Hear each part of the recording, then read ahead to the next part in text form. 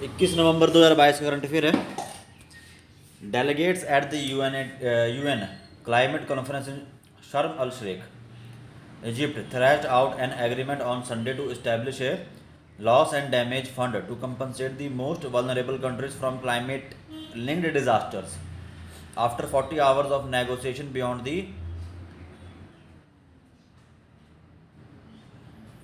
deadline. COP27 Loss and Damage Fund new panel to decide its structure.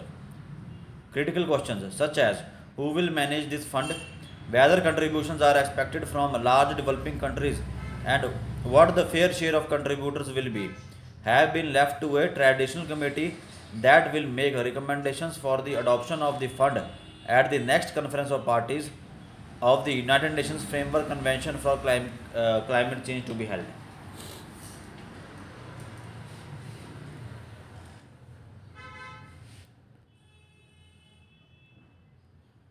ठीक है, तो ये पॉलिटिकल न्यूज़ है थोड़ी सी। नेक्स्ट जो है, लेकिन इसका थोड़ा कॉन्स्टिट्यूशनल एंगल भी बनता है। तो फर्स्ट हाईलाइट है कि launching a counter attack on the Congress over the case of alleged theft of voters data by an NGO and deletion of names from the voters list. Karnataka chief minister B Bommai on Sunday instructed the authorities to conduct an investigation into the issue from 2013 when the Congress was in power. Government gave orders only to create awareness among the voters and a condition was imposed that the agency must not have any association or links with any party. However, Mr. Siddaramaiah had issued orders for the revision of electoral list which has to be done by the election commission. It is a grave crime that the work to be done by the election commission was to be given to a private agency. ठीक है, तो यहाँ पे बोलने का मतलब क्या है कि जो इलेक्शन कमीशन का काम था उसको जो है प्राइवेट एजेंसी को दे दिया। ठीक है, तो वोटर्स की डाटा का लिस्ट कौन तैयार करता है? Election commission. या तो सेंट्रल इलेक्शन कमीशन करेगा, इलेक्शन कमीशन ऑफ इंडिया करेगा, या फिर स्टेट इलेक्शन कमीशन करेगा। ठीक है, तो वो बोला गया है। मेन फंडा वो है। यहाँ पे जो है न्यूज़ इंपॉर्टेंट नहीं है, यहाँ पे कॉन्स्टिट्यूशनल एंगल इंपॉर्टेंट है। ठीक है,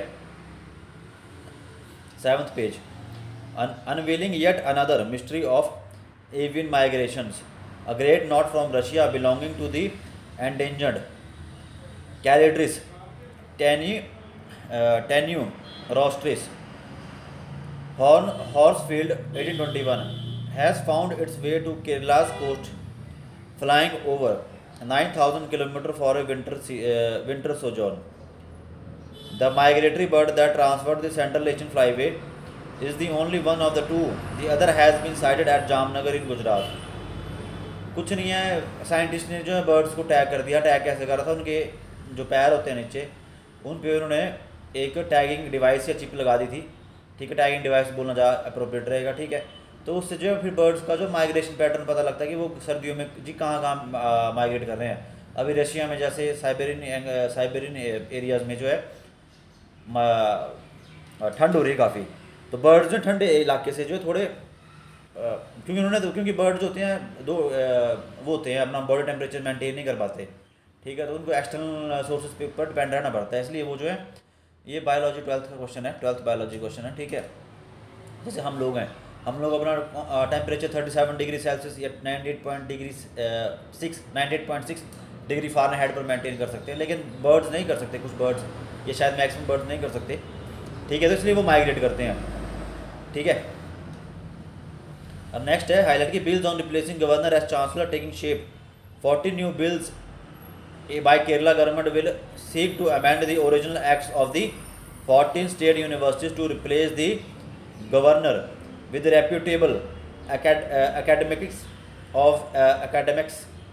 as the chancellor of the universities. Academics of the chancellor universities. ठीक है, कुछ नहीं है भाई। केरला में जो गुजरात गवर्नर का और उसका गवर्नमेंट का जो कैबिनेट का जो चल रहा है भी, ठीक है, उसके ऊपर ही है।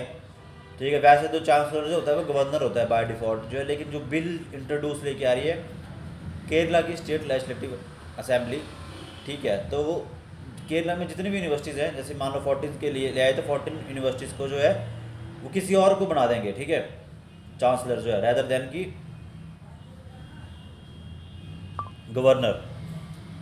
अब नेक्स्ट है 8th पेज पे, ठीक है। तो ये आर्टिकल बहुत अच्छा आर्टिकल आया हुआ है, ठीक है, इसको एक बार पढ़ें जरूर, कुछ समझ में आता है, ठीक है। नहीं तो मैं तो मेन पॉइंट्स हाईलाइट किए हैं जो एग्जामिनेशन के पॉइंट ऑफ व्यू से इंपॉर्टेंट लगे। बाकी तो यार फैक्चुअल डाटा दिया रहता है, जैसे कि सेकंड हाईलाइट में आप देखोगे बहुत सारे परसेंटेजेस दी हुई हैं, ठीक है। अब कितना का याद परसेंटेज याद रखोगे, हमें प्रैक्टिकल भी रहना है।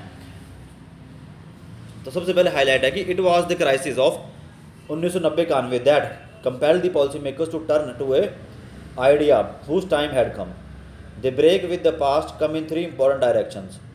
First, in dismantling the complex regime of licenses and permits. Second, in redefining the role of state. And third, in giving up the inward looking trade policy. ठीक है, तो ये 3 पॉइंट्स जो बहुत इंपॉर्टेंट हैं, इन्हें तो भाई लिख ही ले कहीं पे आप और बार बार रिवाइज करते रहें, मेंस के लिहाज से तो बहुत इंपॉर्टेंट है। सेकंड हाईलाइट, बिटवीन 1992-93 1992 से 93 एंड 2000 से 2001 के बीच में जीडीपी एट फैक्टर कॉस्ट, ठीक है। तो जीडीपी एट फैक्टर कॉस्ट क्या होती है, प्रीलिम्स के पॉइंट ऑफ व्यू से बहुत इंपॉर्टेंट है और मेंस के लिए तो चलो करना ही पड़ेगा ये, ठीक है। तो प्रीलिम्स के पॉइंट ऑफ व्यू से जीडीपी एट फैक्टर कॉस्ट क्या होती है, ठीक है। तो 1992-93 से लेकर 2000 से 2001 के बीच में GDP at factor cost grew annually by 6.20% between 2001 से 2002 and 2012-13 it grew by 7.4% and the growth rate between 2013-14 से 2019-20 वाज 6.7%, ठीक है। तो पहले ग्रोथ हो रही थी, फिर ग्रोथ हुई, फिर हल्की से डिम कर गई, ठीक है। The best performance was between 2005-6 से 2010-11 when the GDP grew by 8.8%, showing clearly what the potential growth rate of India was. This is the highest growth experienced by India over a sustained period of 5 to 6 years. This was despite the fact that this period included the global crisis year of 2008-9. During this period, the investment rate reached a peak of 39.1% 2007-8. There was a corresponding increase in the savings rate. The current account deficit in the balance of payments remained low at an average of 1.9%. However, the growth story suffered a setback after 2011-12. The growth rate fell to 4.5% in 2012-13 according to the 2004-5 series. The growth rate since then has seen ups and downs. The growth rate touched 3.7% level in 2019-20. Raising the investment rate depends on a number of factors. A proper investment climate must be created and sustained, while public investment should also rise. The major component of investment is private investment, both corporate and non-corporate. It is this which depends on a stable financial and fiscal system. The importance of price stability in this context cannot be ignored. ठीक है, तो next article जो है, इससे पहले fourth highlight है, strengthen social safety nets India needs to absorb the new technologies that have emerged and that will emerge. Its development strategy must be multidimensional. India needs a strong export sector. It is a test of efficiency. At the same time, India needs a strong manufacturing sector. The organized segment of this sector must also increase. As output and income increase, India must also strengthen the system of social safety nets. Growth without equity is not sustainable. The rapid pace of globalization, which India saw since the beginning of 1990s, will slow down for a variety of reasons. Some countries which were champion of globalization are making a retreat. Some countries feel that dependence on other countries for certain key inputs such as crude oil or chips may land them in difficulties at times. The Russia-Ukraine war has exposed this problem starkly. An open economy with some limitations is still the best route to follow. India today is the fifth largest economy This is an impressive achievement. However, in relation to per capita income, it is a different story. In 2020, India's rank was 142 out of 197 countries. This only shows the distance we have to travel. The external environment is not going to be conducive. The Organization for Economic Cooperation and Development reports a secular decline in growth in developed countries. Environmental considerations may also act as a damper on growth. Some adjustment on the composition of growth may become necessary. All the same, we have no choice but to grow fast given the present level of per capita income. Next news है over 73% cryptocurrency users lost money. Research as prices rose, smaller investors bought Bitcoin and the largest holders sold the cryptocurrency, making big returns.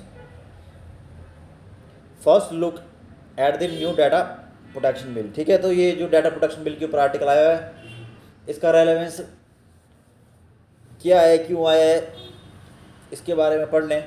अभी के लिए इतना important नहीं है, ठीक है, क्योंकि प्रीलिम्स में तो क्वेश्चन आएगा नहीं, आएगा क्वेश्चन मेंस में.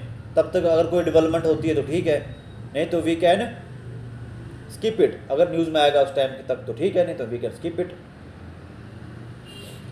What does the latest FTX fallout mean for the crypto industry? ठीक है,